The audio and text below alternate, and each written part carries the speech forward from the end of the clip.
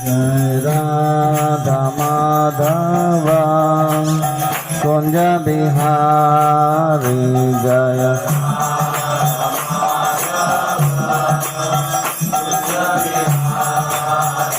जय राधा माधवा कुंज बिहारी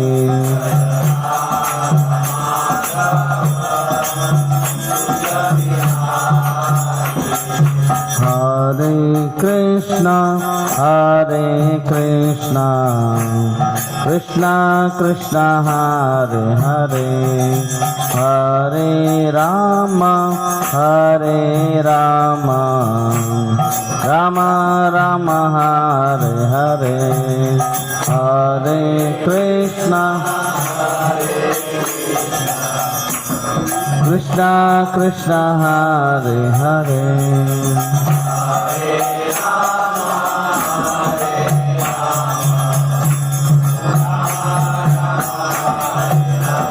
हरे कृष्णा कृष्णा कृष्णा हरे हरे हरे राम राम राम हरे हरे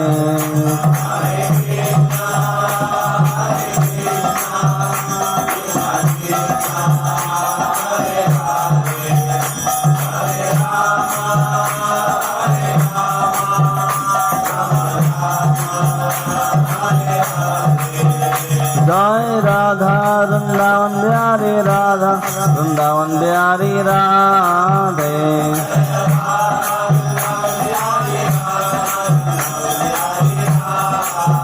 जय गौरांग निताय जय गौरांग निताय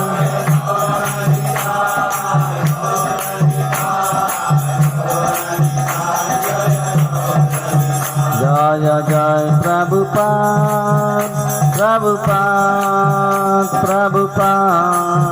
प्रभुपाद जय जय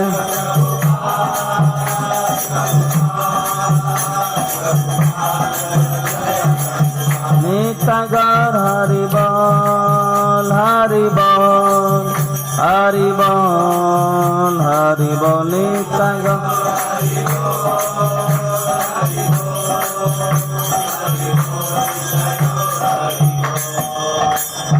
हरे नाम संकीर्तन की जय श्रील प्रभुपाद की जय ओम ज्ञानतिमिरान्धस्य ज्ञानाञ्जनशलाकया चक्षुरुन्मिलितं येन तस्मै श्रीगुरवे नमः श्रीचैतन्यमनोभीष्टं स्थापितं येन भूतले स्वयं रूप कदा मह्यं ददाति स्वपदान्तिकं वन्देऽहं श्रीगुरुं श्रीयुतापदकमलं श्रीगुरून् वैष्णवांश्च श्रीरूपं साग्रजातं सहगणा रघुनाथान्वितं तं सजीवं साद्वैतं सावधूतं परिजनासहितं कृष्णचैतन्यदेवं श्रीराधा कृष्णपदान् सहगणा ललिता श्रीविशाखान्वितंश्च नमो विष्णुपादाय कृष्णप्रेष्ठाय भूतले श्रीमते भक्तिवेदांत स्वामिनिति नामिने नमस्ते सरस्वती देवे गौरवाणी प्रचारिणे निर्विशेष शून्यवादी पाश्चात्यदेशतारिणे वाञ्छाकल्पतरुभ्यश्च कृपा सिन्धुभ्यैव च पतितानां पावनेभ्यो वैष्णवेभ्यो नमो नमः। जय श्री कृष्ण चैतन्य प्रभो नित्यानंद श्री अद्वैत गदाधर श्रीवासदि गौर भक्तवृंद। हरे कृष्णा कृष्णा कृष्णा हरे हरे हरे राम राम राम हरे हरे। हरे कृष्णा। आज विशेष उत्सवानिमित्त आपण एकत्र आलो आहोत। श्रीमान मिथुन प्रभू स्मिता माता यांचे सुपुत्र यांचं नामकरण विधी जो आहे साजरा होत आहे. कुठलेही संस्कार वैदिक शास्त्रामध्ये वर्णन आहे की जन्मना जायते शूद्र संस्कारात भवेत द्विज. असं प्रभूजींनी सांगितलं की 16 संस्कार आहेत. त्यापैकी विशेष म्हणजे जन्मापासून त्याच्या अगोदरपासून गर्भदान संस्कार आहे, जातकर्म संस्कार आहे, त्यानंतर नामकरण संस्कार आहे, उपनयन संस्कार आहे, विवाह संस्कार, अंत्यसंस्कार, हे सर्व संस्कार आहेत. का तर हा मानव जन्म मिळाल्यानंतर बऱ्याच वेळेस हे फक्त शूद्र म्हणजे काही समाज किंवा जात नाही. शूद्र म्हणजे त्याला फक्त 2 वेळेचं खाणं आणि ते कमावणं तेवढीच माहिती, त्याच्या पलीकडे काही कल्पनाच नाही. त्याला शूद्र म्हटलेलं आहे की पण ज्ञानी म्हणजे जो ह्या पोटाची खळगी भरणं हे तर कर्तव्य आहेच, पण त्याच्याही पलीकडे काहीतरी हा जन्म कशासाठी आहे, का ह्या जगामध्ये मला सतत आनंद पाहिजे, दुःख का मिळत आहे, सतत इथे मला जन्म, आजारपण, म्हातारपण, मृत्यू का आहे आणि मृत्यूच्या पलीकडे काय आहे, ह्याची जो जिज्ञासा करतो त्याला शूद्र मानसिकतेच्या पुढे गेल्याचं म्हटलं जातं. नाहीतर वैदिक शास्त्रामध्ये जो फक्त 2 वेळेची पोटाची खळगी भरणं एवढाच विचार करतो आणि तेवढंच कार्य करतो त्याला जे आहे हे शूद्र. म्हणून जन्मना जायते शूद्र, जन्मता प्रत्येक जीवा शूद्र आहे. जन्मना जायते शूद्र संस्कारात भवे द्विज.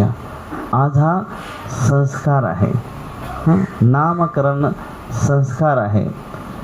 तर हे जे संस्कारामध्ये अनेक पाहुणे मंडळ येणं, ग्रामस्थ आमंत्रित करणं, सर्व हितैषी हितचिंतक एकत्र येणं, याचा मुख्य उद्देश जो आहे ते म्हणजे ज्याच्यासाठी हा संस्कार केला जातो आहे त्याला शुभेच्छा देणं, शुभाशीष देणं, आशीर्वाद देणं. कारण आपलं जीवन जे आहे बरंचसं जे आहे हे आशीर्वादांचं कवच जे व्यक्ती धारण करून चालतो, आशीर्वादांचं, शुभेच्छांचं कवच जे आहे ते बऱ्याच वेळेस आपल्याला आपल्या जीवनामध्ये येणारे जे घात आहेत, आपल्या जीवनात येणारे काही अशुभ गोष्टी ज्या आहेत त्याच्यापासून वाचण्यासाठी मदत करतं. म्हणून हे सर्व बघा, या सर्व याच्यामध्ये आज काय असतं की त्यांना आपण वेगवेगळ्या प्रकारचे पाहुणे सर्वांना बोलवण्याचा उद्देश असा असतो की शुभेच्छा, त्यांना आशीर्वाद देणं, शुभेच्छा देणं, त्यांच्यासाठी प्रार्थना करणं, हा मुख्य उद्देश आहे संस्कारांच्या वेळेस एकत्र येण्याचा. जसं शुभविवाह संस्कार आहे, लोक एकत्र येतात पण बऱ्याच वेळेस कशासाठी आलं तेच विसरतात की आपण जे वधूवर जे आहेत त्यांना आशीर्वाद दिले पाहिजे, त्यांच्यासाठी भगवंताकडे शुभ चिंतन करणं, कारण की सर्वात शुभ पवित्र म्हणजे भगवंताचं स्मरण. म्हणजे परम पवित्र जे आहे शिव, शुभ किंवा कृष्ण, राम हे जे नाम जे आहे सर्वात पवित्र म्हटलेलं आहे. आणि याचं स्मरण केल्याने त्या जे ज्यांचा संस्कार आहे त्याला अनेक प्रकारचे एक आशीर्वादांचं कवच जे आहे ते तयार होत असतं. म्हणून हे संस्कार असतात. यामध्ये भजन, कीर्तन, सत्संग, हे जे नामकरण, हे नाव जे आहे कोण देतं तर घरातील जी मोठी व्यक्ती आहे ती हे नाव देते, किंवा आपले कोणी कुलगुरू असतील की गुरुवर्य आहे ते नाव देतात, किंवा शास्त्रातून आपण एखाद्या देवतांचं, भगवंताचं नाव शोधतो. पण हे कशावर नसतं, जे जन्माच्या वेळेचं जे अक्षर आहे, नक्षत्र आहे, जन्मताच्या वेळेस जे नक्षत्र असतं, नक्षत्रावरून त्या नक्षत्राचं जे अक्षर आहे त्याच्यावरून हे नाव ठेवलं जातं. कारण जो नक्षत्र आपल्या जीवनामध्ये जे आहे, ज्यावेळेस आपला जन्म होतो, म्हणून बघा ज्योतिष जेव्हा कुंडली बनवतात ते काय विचारतात, जन्माची वेळ सांगा, ठिकाण सांगा.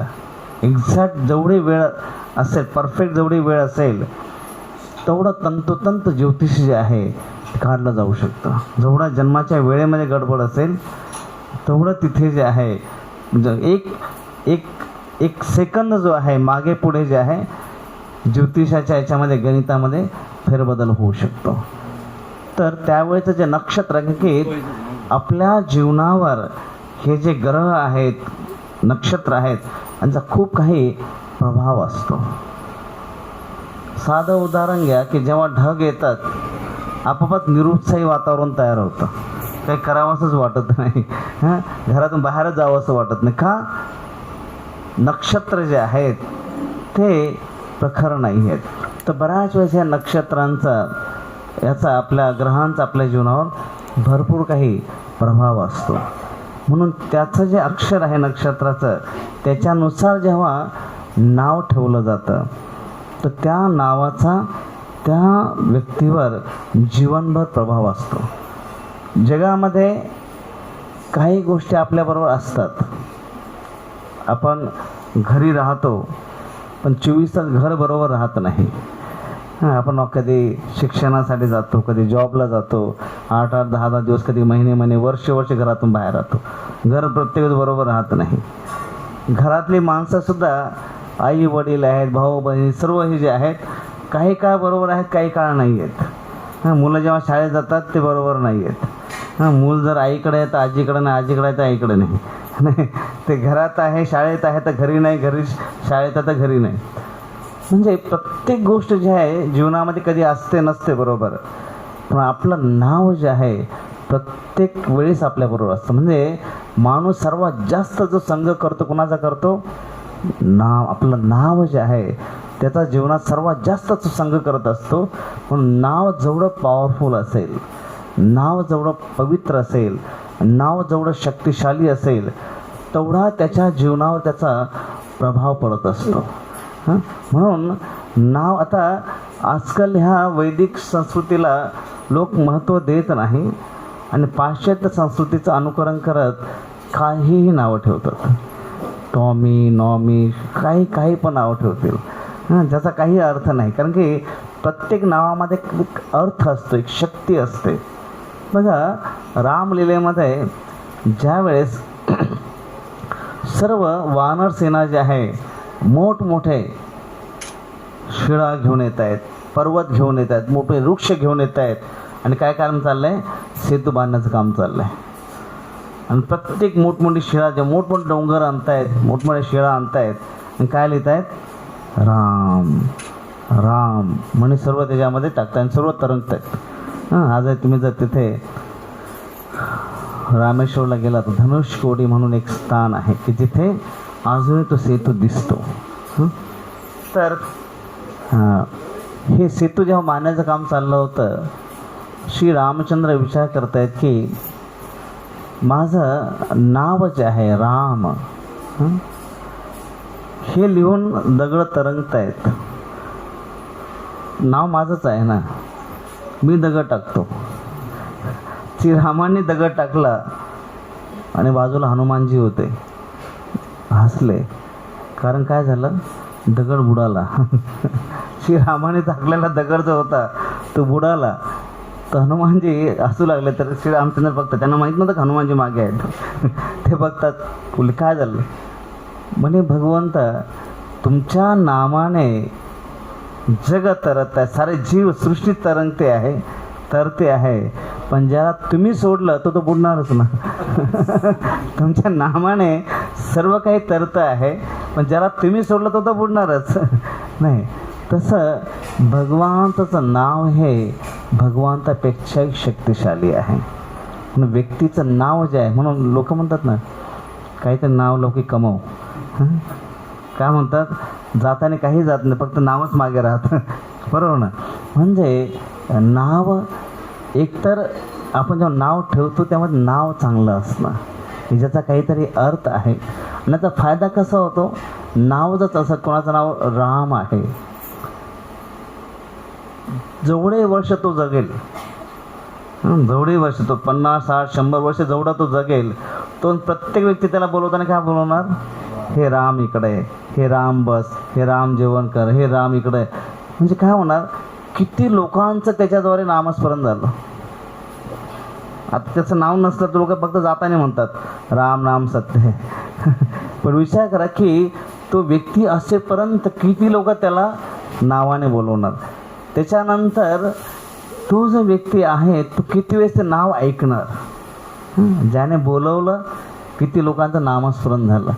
जेव्हा त्याने ऐकलं किती वेळ त्याचं स्वतःचं नामस्मरण श्रवण झालं. म्हणून हे जे जसं चैतन्य शिष्टाष्टकमध्ये चैतन्य महाप्रभू सांगतात की नामनामकारी बहुधा निज सर्व शक्ती. भगवान सांगतात की माझी पूर्ण शक्ती मी ही नामामध्ये दिलेली आहे. भगवंतापेक्षाही भगवंताचं नाव हे शक्तिशाली आहे. आणि हा जो संस्कार फक्त मानवासाठीच केला असं नाही.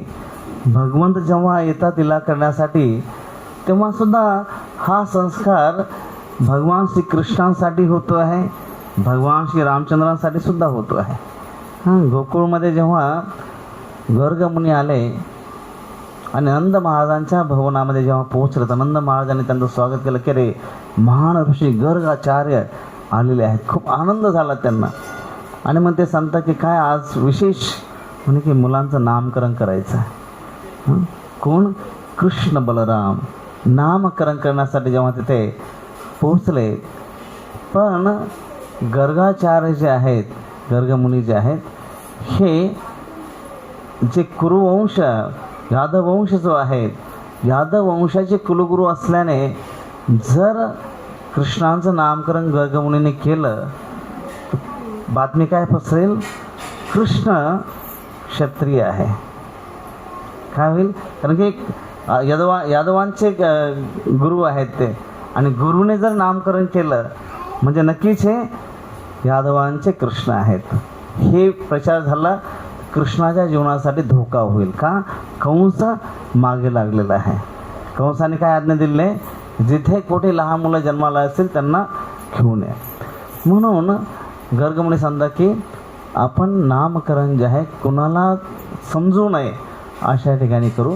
गोशाळेमध्ये, जिथे छोटंसं गोशाळा आहे, त्याच्यामध्ये गाई आजूबाजूला आहेत आणि त्याच्यामध्ये कृष्ण बलरामला घेऊन जात आहेत. जसं माताजी बाळाला घेऊन बसले आहेत तिथे, तसं यशोदा आणि रोहिणी जे आहे कृष्ण आणि बलराम दोघांनाही मांडीवर घेऊन बसत आहेत. आणि तिथे गर्गमुनी जेव्हा भगवंताचं नामकरण करू लागतात, पहिला बलराम, हष्टपुष्ट बलरामजी जे आहे, आणि सांगतात की याचं नाव बलराम असेल, संकर्षण असेल. का? कारण बलराम म्हणजे ज्यांना बल दाखवण्यामध्ये आनंद आहे. आणि आपण बघतो बलरामजींचं जीवन तसंच आहे. कुठे काही झालं की बल दाखवण्यामध्ये सर्वात पुढे बलरामजी. तर हे बलराम ज्यांना बल दाखवण्यामध्ये आनंद असेल, तसेच आपल्या भक्तांबद्दल खूप भक्त वत्सलता त्यांच्या मनामध्ये असेल, असे हे बलराम शक्तिशाली आहे. त्यानंतर जेव्हा भगवान श्रीकृष्णांचं ते वर्णन करू लागले, पण ते सांगत नाही की हे स्वयं भगवान आहेत. मग काय सांगतायत? यांच्यामध्ये नारायणासारखेच गुण आहेत. हे तिन्ही काळामध्ये, 3 युगामध्ये एकदा रक्तवर्णामध्ये आले, एकदा पीतवर्णामध्ये ते आले, शुद्ध श्वेतवर्णामध्ये आले, आणि आता पुढच्या युगामध्ये पीतवर्णामध्ये ते येतील. सत्ययुगामध्ये रक्तवर्ण त्यांनी धारण करून आले, नंतर मग श्वेतवर्ण धारण करून आले. आता कलियुगामध्ये जेव्हा येतील तेव्हा ते पीतवर्ण म्हणजे गौरांग महाप्रभूंच्या रूपामध्ये येतील. हे गर्गाचार्य जे आहे तिथे भगवान कृष्णाचं नामकरण करताना सांगतायत की सर्व, म्हणजे सांगत नाही की ते भगवान आहेत, परंतु भगवान सर्व गुण यांच्यामध्ये असतील त्याचं ते वर्णन करतायत. तसेच जेव्हा त्रेतायुगामध्ये सुद्धा आपण बघतो सर्वांनी पुढे सरका, बरेच पाहुणे मंडळी अजून येत आहेत. थोडं पुढे सरका, जेणेकरून सर्वांना बसण्यासाठी जागा होईल. भरपूर जागा आहे पुढे. जिथे आरामशीर 2 माणसं बसतात तिथे दाटी करून 3-4 माणसं बसतील.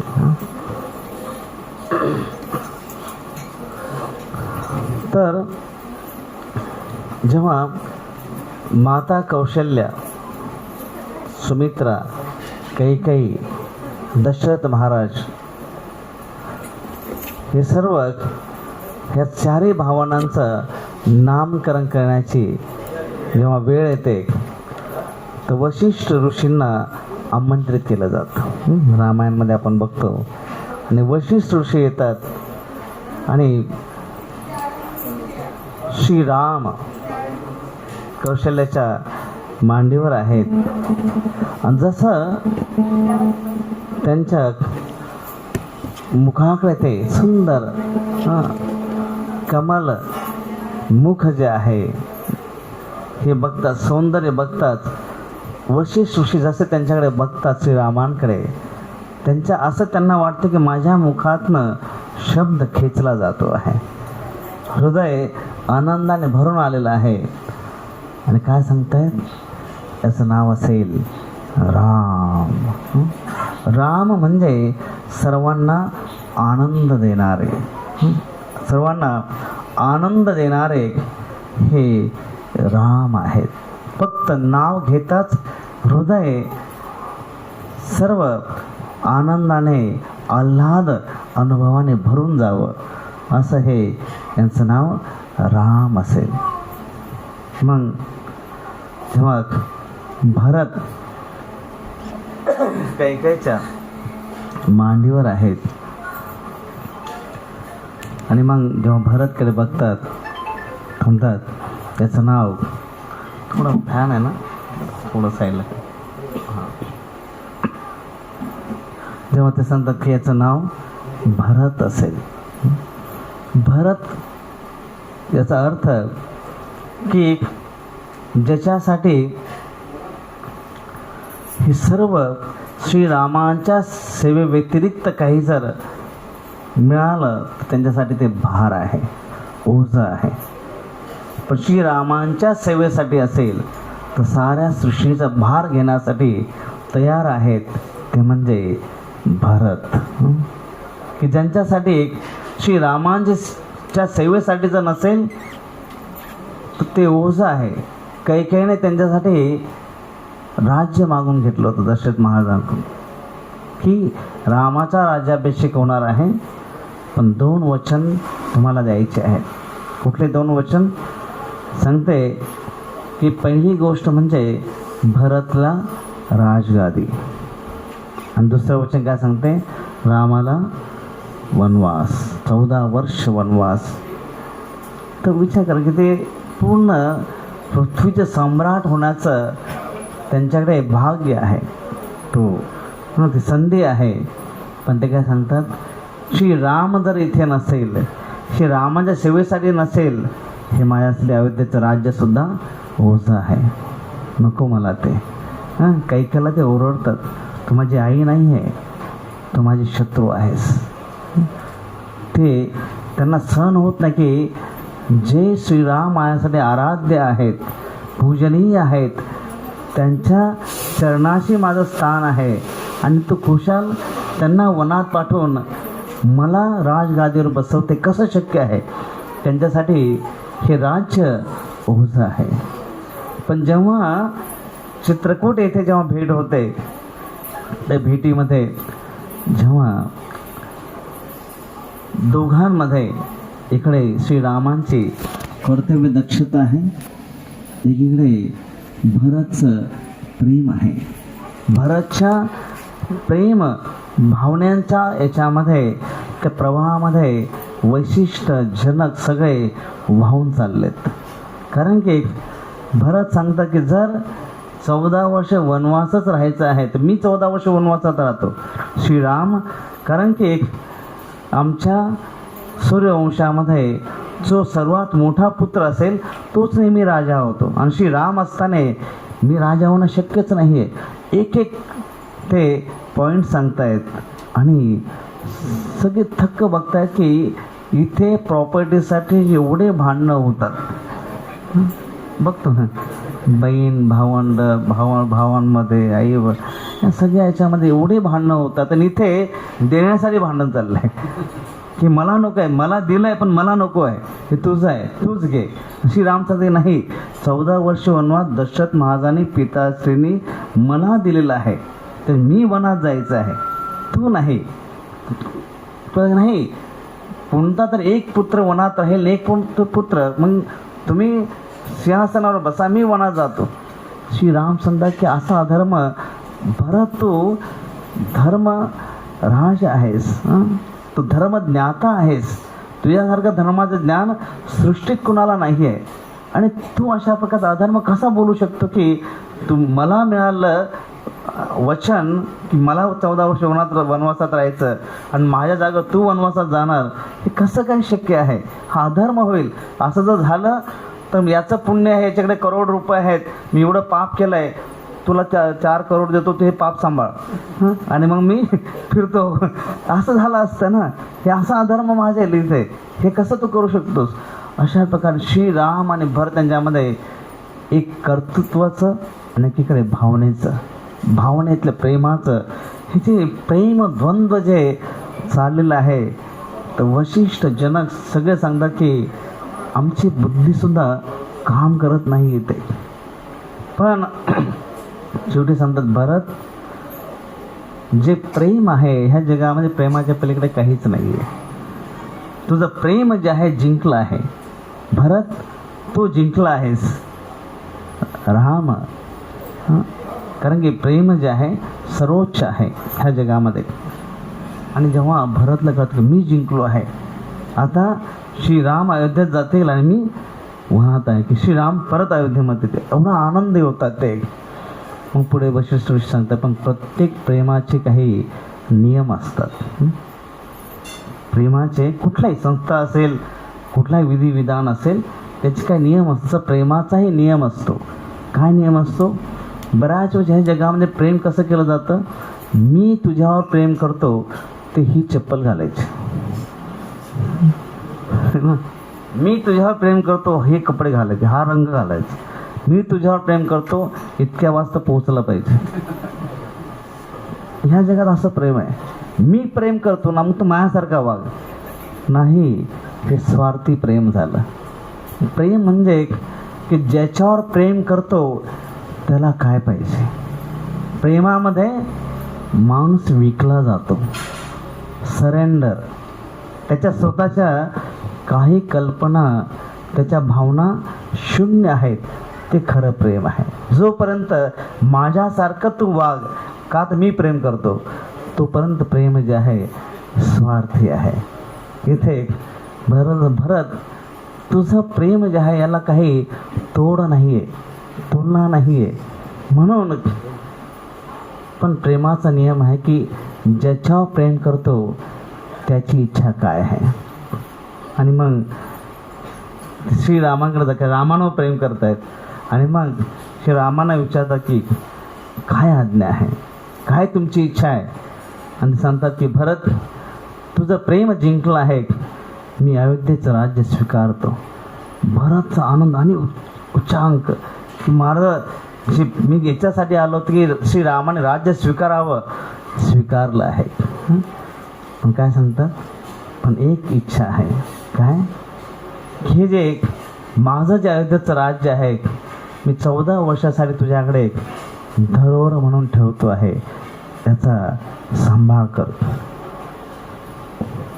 परत बॅक टू पॅव्हेलियन, परत गाडी तिथंच आले.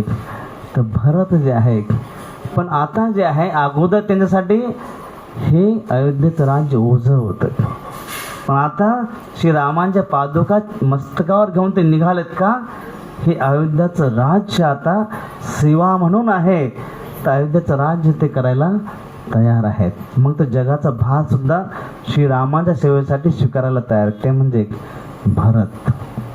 लक्ष्मण, जेव्हा लक्ष्मणकडे सुमित्रेच्या एका मांडीवर लक्ष्मण, एका मांडीवर शत्रुघ्न आहेत, आणि श्री लक्ष्मणकडे जेव्हा ते बघतात, वशिष्ठ ऋषी त्यांना बघताच म्हणतात की हा लक्ष्मणो लक्ष्मी प्रसन्न, लक्ष्मणावर नेहमी लक्ष्मी प्रसन्न असणार आहे. मग कोणी म्हणे की असं कसं काय लक्ष्मणावर लक्ष्मी, आपण लक्ष्मी म्हणजे काय म्हणतो, लक्ष्मीपूजन नाही, दिवाळीला सगळ्या दरवाजा खिडक्या उघड्या ठेवायच्या, कुठून तरी येऊ दे लक्ष्मीचा फोटो आणि कुठून तरी येऊ दे, काय हे आपण याला म्हणजे आपलं धन ऐश्वर्याला लक्ष्मी समजतो. परंतु खरी लक्ष्मी काय आहे, सेवा. जर ह्या जगामध्ये सर्वात आनंदी कोणी व्यक्ती असतील जे सेवा करतात ना, निस्वार्थपणे सेवा करतात, व्हॉलेंटरी समाजाची जनांची जी सेवा करतात बघा, त्यांना कोणी पैसे देत नाही, त्यांना कोणी काही विशेष काय असं बक्षीस देत नाही. अनेक आपल्या भारतामध्ये असून जगामध्ये असून असे ना, असे अनेक हजारो लाखो महात्मे होऊन गेले ज्यांनी निस्वार्थ फक्त सेवाच केली आहे. त्यांचं जीवन म्हणजे अनेक कष्ट, गावात जातील, खेड्या जातील किंवा अनेक लोकांपर्यंत. सिंधुताई सपकाळ नाव ऐकलं असेल तुम्ही, काय जीवन आहे, किती कष्ट त्यांनी सहन केले होते. तेव्हा प्रस्तुती झाली कुठे, गोठ्यामध्ये. चार गायींच्या पायांच्या मध्ये ती असताना बाकीच्या गायींनी तर त्रास देऊन एक गाय त्यांच्या शिरावर उभी राहिली, चार पाय बाजूला ठेवून, आणि तिथं त्यांनी प्रस्तुती झाली. खाण्यासाठी काही नाही. स्मशानामध्ये जेव्हा लोक अंत्यसंस्कार करून जायचे, ते पीठ जे ठेवलेलं असायचं त्या स्मशानाच्या अग्नीवर जाळून भाकरी बनवून किंवा गोळे बनवून ते खाल्लेले आहेत. ते सबका विचार करा की पण जीवन आज हजारो मुलांना त्या काय करतायत, मदत. तर हे जे आहे असे अनेक व्यक्तिमत्व आहेत आध्यात्मिक जीवनामध्ये, सामाजिक जीवनामध्ये जे आहेत, ज्यांनी जीवन वाहून नेलं. एवढे कष्ट घेत माणूस कसं काय करू शकतो, आतून तो आनंद असेल तरच करू शकतो. म्हणून निस्वार्थ सेवेमध्ये जो आनंद आहे ना, ह्या जगामध्ये धन ऐश्वर्य नावलिकामध्ये कशामध्ये सुद्धा नाही आहे. एखाद्या व्यक्ती जेव्हा समाजाला झोकून देतो आपल्या स्वतःला, आपले जे स्वातंत्र्य वीर होऊन गेले, जे मावळे होऊन गेले, काय त्यांचं जीवन होतं. जेव्हा जनरल डायरला मारण्यासाठी जेव्हा जाण्यासाठी मी जाऊन तिथे इंग्लंडमध्ये हे कार्य करतो, तर जेव्हा त्याची परीक्षा घेण्यासाठी बोलवलं, काय केलं, टेबलवर हात ठेव, आणि जो सिमेंटचा खिळा असतो ना तो ठेवला आणि त्याच्या हातोडी मारले, रक्ताची चिळकांडी उडाली, पण त्या व्यक्तीच्या तोंडातनं हो का छो निघालं नाही. काय एवढ्या वेदना सहन करायला तयार होते, सेवा. आपले जे संत शिरोमणी तुकाराम महाराज झाले, ही जे आपली संस्था आहे भक्तिदान स्वामी श्रील प्रभुपाद इस्कॉन संस्था आहे, त्याचे संस्थापक आचार्य श्रील प्रभुपाद 70 वर्षाच्या वयामध्ये, 70-80 वर्षामध्ये व्यक्ती रिटायर्ड होऊन कुठं शांत बसून घेतो. श्रील प्रभुपाद जे संस्थेचे संस्थापक आचार्य आहेत, 70 वर्षाचं वय असताना वृंदावनमध्ये जिथे अनेक साधू एकत्र राहतात, शरीर सोडण्यासाठी लोक अनेक तिथे जातात वृंदावनमध्ये धामामध्ये. श्रील प्रभुपाद 70 वर्षाच्या वयामध्ये 1965 साली बाहेर पडले. कशासाठी, 1922 साली श्रील प्रभुपादांना भक्तिदान सरस्वती त्यांचे गुरु भेटले होते. त्यांनी काय म्हटले होते, हा चैतन्य महाप्रभूंचा जो संदेश आहे, भगवंतच नाम संकीर्तन, तो संत शिरोमणी तुकाराम महाराज सांगतात, नाम संकीर्तन साधन पै सोपे, जळतील पाप जन्मांतरेचे. जन्मजन्माचे पाप कर्म जे आहे, एक नामस्मरणाने जे आहे नष्ट होणार आहे, याचा प्रचार जगभर झाला पाहिजे. पण आपल्या स्वातंत्र्याच्या परतंत्राच्या काळामध्ये काय झालं होतं, सगळ्यांचं लक्ष पाश्चात्य टेक्नॉलॉजी, पाश्चात्य फॅशन तिकडं लागलेलं होतं. प्रभुपाद 1922 वर्षापासून ते 65 वर्षापर्यंत इथे प्रचार करतायत की लोकांनी भक्तीचा स्वीकार करावं, गीता भागवताचं ऐकावं. पण सगळ्यांचं लक्ष जे आहे अमेरिका, लंडन इकडे लागलं, जपानकडे लागलेलं होतं. श्रील प्रभुपादांनी विचार केला की जर मी त्या लोकांना भक्ती मार्गामध्ये आणलं, कुठल्या अमेरिका, जपान, इंग्लंड, त्या लोकांना जर भक्ती मार्गात आणलं, आणि लोक मग जेव्हा भारतीय लोक बघतील, अरे हे तर आमची भगवद्गीता आहे, हा तर आमचा भागवत आहे, हे इंग्रज वाचतायत, तेव्हा आपले डोळे उघडते. शील प्रभुपाद 1965 साली न्यूयॉर्कला गेले, अमेरिकेमध्ये गेले आणि 12 वर्ष 14 वेळेस पूर्ण पृथ्वीचं भ्रमण त्यांनी केलं शील प्रभुपादांनी. विचार करा, 70 वर्ष म्हणजे शेवटच्या 84 वयापर्यंत शील प्रभुपाद जे आहे तिथे प्रचार करत आहेत. इथं 75 वर्षाच्या वयामध्ये कितीक माणूस फिरू शकतो.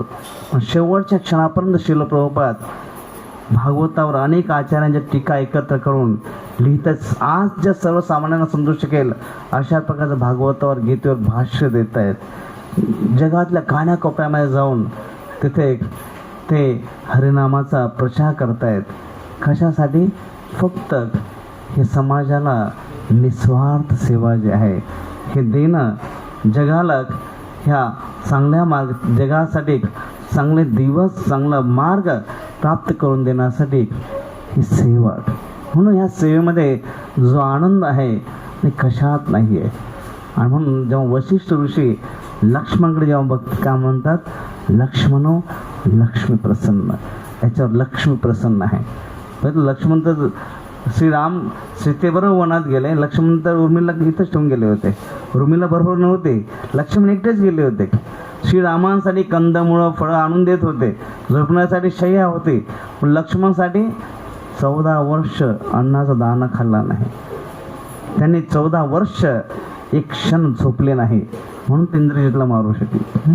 तर विचार करा, हे सेवा लक्ष्मणचा. म्हणून सुमित्रा जेव्हा लक्ष्मण आशीर्वाद घेण्यासाठी येतात की मी वनात निघालो आहे, सुमित्रा जेव्हा त्यांना आशीर्वाद देते, सांगते हे लक्ष्मण, आजपासून तुझ्या जीवनामध्ये सुमित्रा म्हणजेच सीता आहे. आजपासून तुझ्या जीवनात दशरथ म्हणजेच श्रीराम आहेत. वनात जाताना एक लक्षात ठेव, श्रीरामांच्या मुखकमलाकडे बघायचं नाही. कोण? सुमित्रा सांगते, लक्ष्मण तू श्रीरामांच्या मुखाकडे बघायचं नाही. तर लक्ष्मण विचार करतात, का? म्हणजे की ते इतकं सुंदर आहे, तो बघत बसलं तर रस्त्यातले काटे कोण काढेल, रस्त्यातले दगड कोण बाजूला करेल. हा मातेचा भाव आहे. हे संस्कार जे आहेत हे जेव्हा मुलांवर दिले जातात. आपण छत्रपती शिवरायांचं जेव्हा वर्णन ऐकतो, जे महाराष्ट्राचं आराध्य दैवत आहे, कसे हे थोर चरित्र निर्माण होत आहे. संस्कार.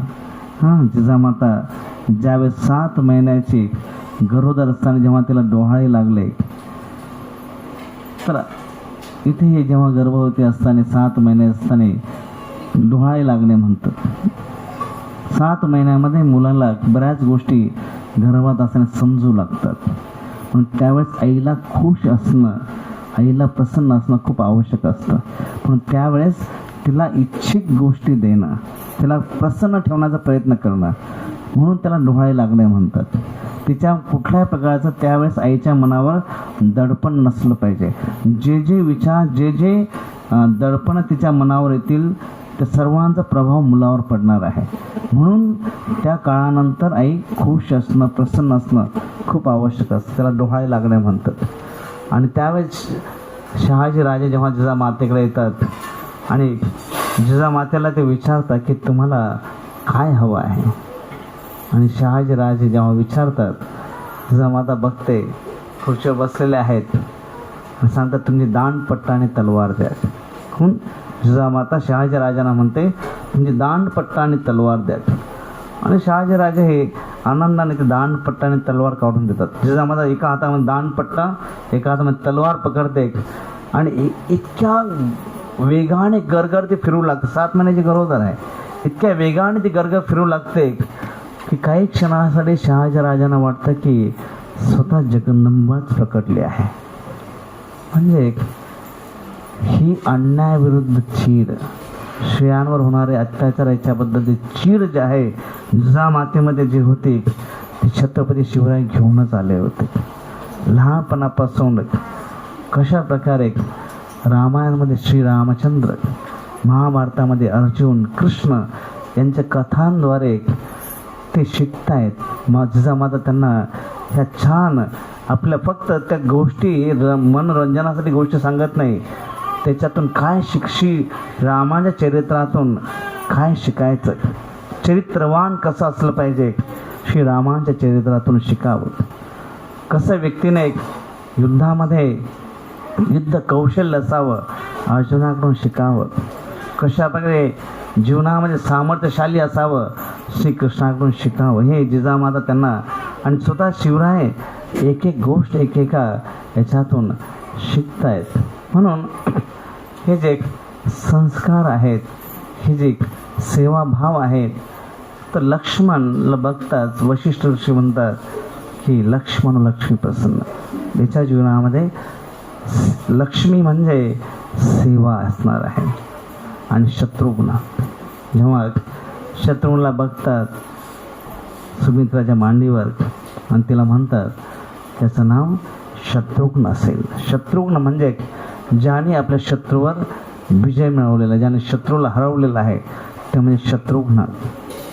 आता रामायणामध्ये जर बघितलं शत्रुघ्नाने एकच युद्ध केलं होतं लवणासुराबरोबर. बाकी तिथं कुठेही शत्रुघ्नाचं युद्धाचं वर्णन. मग शत्रुघ्न नाव कसं काय पडलं? कारण शत्रुघ्नाचा आपल्या इंद्रियांवर जे आपले शत्रू आहेत जिव्हा, कान, नाक, डोळा, त्वचा, तर संत म्हणून तुकाराम सांगतं की भक्तांसाठी जे आहे रात्रंदिन आम्हा युद्धाचा प्रसंग अंतरी मन बाह्य जग. सर्वात मोठे शत्रू जर काय असतील बघा, माणूस ह्या जगामध्ये जेव्हा जॉब करतो, कुठे काही करतो, 55-60मध्ये रिटायरमेंट दिली जाते. कुठली कंपनी असले इच्छिक रिटायरमेंट देतात, विराज देतात. पण हे जे इंद्रिय जे आपले बॉस आहेत ना, हे कधी रिटायरमेंट देता का? नाही. तुम्ही 60 वर्षाचे व्हा, 70-80 वर्षाचे व्हा, डोळे, कान, जीवा कधी म्हणणार नाही का आता रिटायर बस झाला आम्ही बंद करतो. होत नाही. शेवटपर्यंत चितेवर जाईपर्यंत ते म्हणत नाही की आम्ही रिटायर झालो. डिमांड चालूच असतात, डिमांड चालूच असतात. हे आपले एक बॉस जे आहे त्याच्यावर विजय मिळवणं याला म्हणतात शत्रुघ्न. आणि कसं आहे, जेव्हा रामायणामध्ये आपण बघतो की सर्व अयोध्याचा प्रभाव कोणाच्या दिशेने आहे? श्रीरामांच्या दिशेने आहे. समाजामध्ये बऱ्याच वेळेस आपण कुठे वाहत जातो, सगळा समाज जिथे वाहत चालला त्या दिशेने आपण वाहत जातो. पण शत्रुघ्न एक अशी व्यक्ती आहे जी भरतच्या सेवेत आहे, रामांच्या नाही. एकच एक व्यक्ती अयोध्येमध्ये अशी आहे की जी भरतच्या सेवेत आहे, बाकी पूर्ण समाज श्रीरामांच्या दिशेने वाहतो आहे, प्रवाहित आहे. का शत्रुघ्न करू शकले? कारण की त्यांचं तेवढं आपल्या इंद्रियांवर, मनावर नियंत्रण होतं. हे शत्रुघ्न.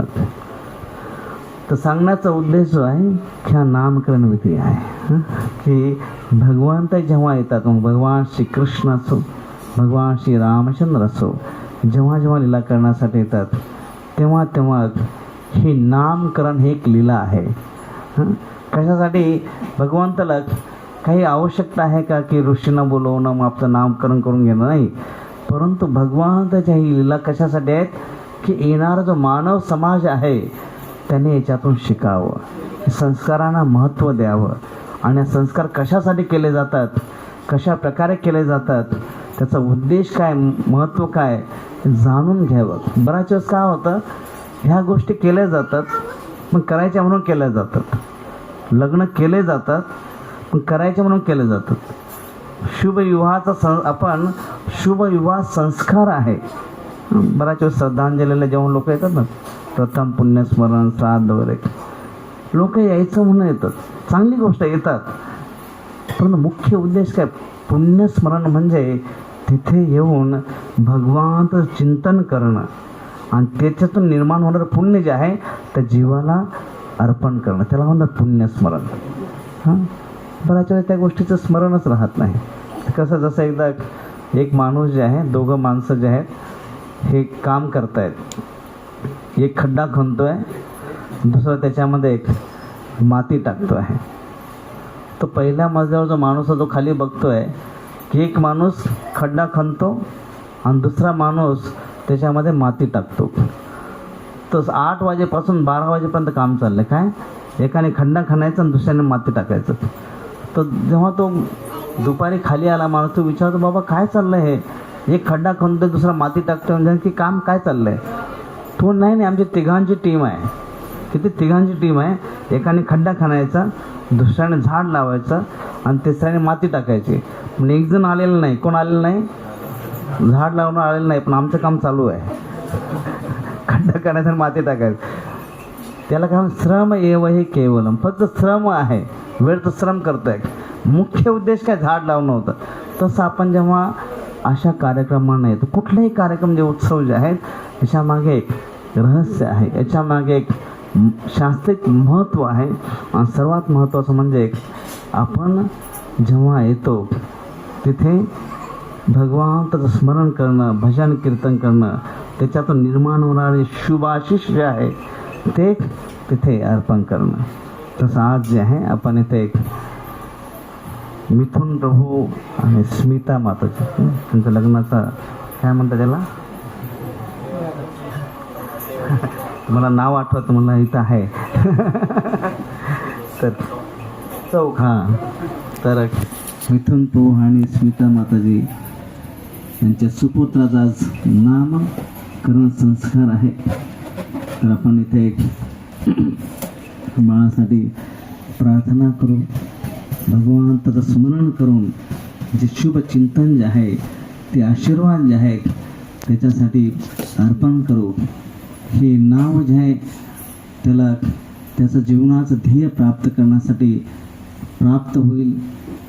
त्याचं जीवनामध्ये जी भरभराट आहे त्याच्यावरून भरपूर काही माता पित्यांची सेवा घडो, सर्व जे वंश आहे त्याचा तो एक उद्धारक बनो, गायींची सेवा घडो, वैष्णवांची सेवा घडो आणि आज सुंदर फुलं दीपक म्हणून प्रज्वलित राहो. सर्व दीपक म्हणजे जो सर्वांना प्रकाश देतो, ज्ञान देतो, मार्ग दाखवतो, त्याला आपण कुलदीपक म्हणतो. तशा प्रकारे ह्या बाळाचं आयुष्य असो अशी आपण प्रार्थना करू. आणि हा जो नामकरण विधी आहे, अगोदर सांगितलं की येथे जे घरातली मोठी व्यक्ती असते त्यांनी हे नाव ठेवायचं असतं. नाव हे शुद्ध पवित्र, ज्याद्वारे ह्या सृष्टीमध्ये एक आध्यात्मिकता, एक सात्विकता प्रकट होईल असं नाव असावं. आणि त्याचबरोबर ते सर्वांना आनंद देणारं असावं. हे नाव जेव्हा घरातली मोठी व्यक्ती असेल, गुरुवारी असतील किंवा कोणी ब्राह्मण असेल, अशा व्यक्ती जे हे नाव ठेवतात.